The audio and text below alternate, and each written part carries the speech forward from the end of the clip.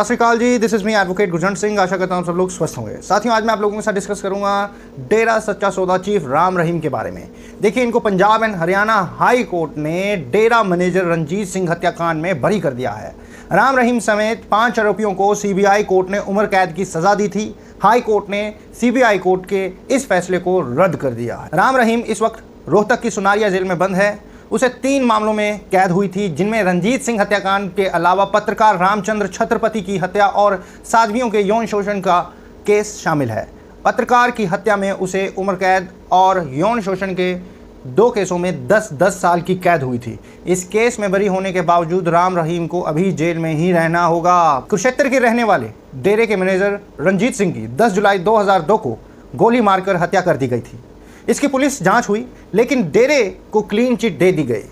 रंजीत का परिवार संतुष्ट नहीं था। पुलिस जांच से असंतुष्ट रंजीत सिंह के बेटे जगसीर सिंह ने जनवरी 2003 में हाई कोर्ट में याचिका दायर कर सीबीआई जांच मांग की थी।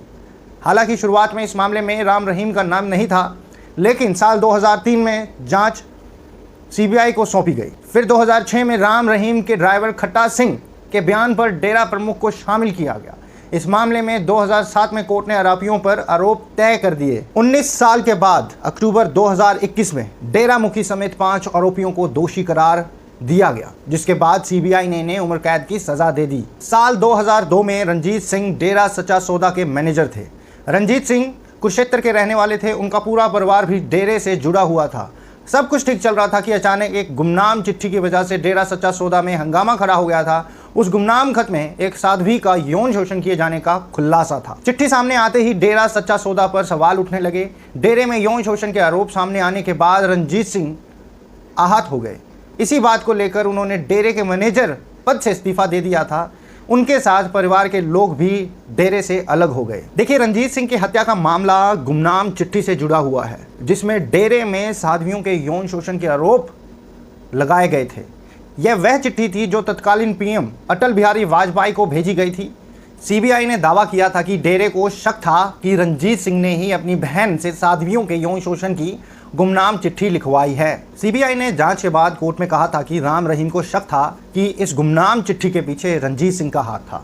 इस चिट्ठी में रंजीत सिंह की बहन का भी जिक्र था। इस चिट्ठी के सामने आने के बाद रंजीत को डेरे में बुलाया गया, जहां उसे गंभीर नतीजे भुगतने की चेतावनी भी दी गई थी।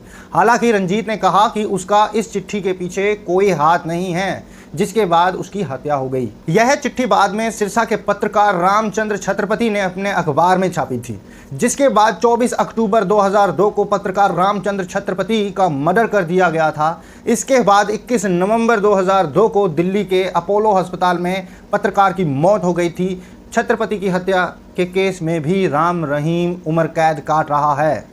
आशा करता हूँ आप लोगों को ये जानकारी लाभदायक लगी हो तो मेरे चैनल को सब्सक्राइब करें, बेल आइकन को दबाएं ताकि आपको आने वाली नोटिफिकेशन मिलती रहें, और हाँ, लाइक कमेंट करना ना भूलिएगा। धन्यवाद।